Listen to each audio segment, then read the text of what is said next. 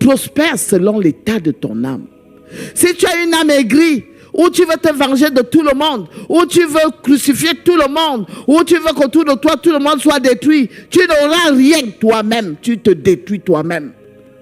Ton âme est en train de te détruire. C'est le mensonge qui est installé en toi. Tu ne prospères pas, tu te détruis. Nous avons lu dans Jacques, au premier chapitre, verset 20, « Car la colère de l'homme n'accomplit pas la justice de Dieu. » Il faut bien que tu saches que dans cet état d'âme où tu es aigri, rancunier, tu n'accomplis pas la justice de Dieu. La justice de Dieu dit, aime ton frère comme toi-même. Mais loin là où toi tu es, tu penses à quelqu'un, tu le hais, tu fais des complots derrière la personne. Il y en a même qui rient avec toi le jour, mais ce sont eux qui entrent dans le monde des ténèbres pour te détruire. Tu as des difficultés dans ta vie. Moi, je prends toujours l'exemple dans ma vie. J'ai pris près d'enfants et les orphelins et tout ça. Aux côtés de moi, j'ai commencé à nourrir les orphelins. J'ai dit, Dieu dit, il est le Dieu des orphelins, tout ça. Je vais appliquer tout ça. Je les ai mis. Il y a d'autres que j'ai pris. Ils étaient jusqu'à l'université. Des grandes universités.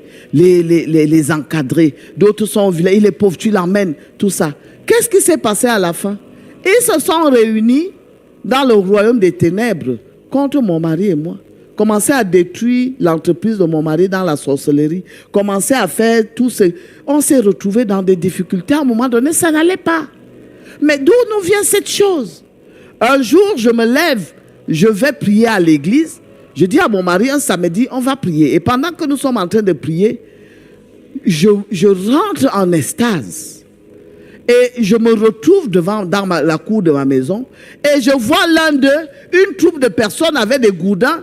Je suis éveillé à l'église. Je vois l'un d'entre eux, un des orphelins qu'on avait dans la maison, qui ouvre la porte aux gens qui saccagent tout dans notre vie. Ces gens-là saccageaient l'entreprise de mon mari. Ils saccageaient. Je dis à mon mari, tout ce que nous vivons là, c'est les enfants un des enfants que nous avons à la maison, c'est lui qui ouvre les portes. Il dit quoi?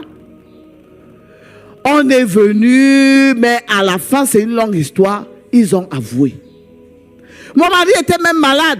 L'une d'entre elles que je disais, quand tu es une femme, tu prépares, tu dis, va mettre sur la table. Elle dit, chaque fois que maman me donne la nourriture, en route, avant d'aller poser en table, je mets le poison pour que papa meure.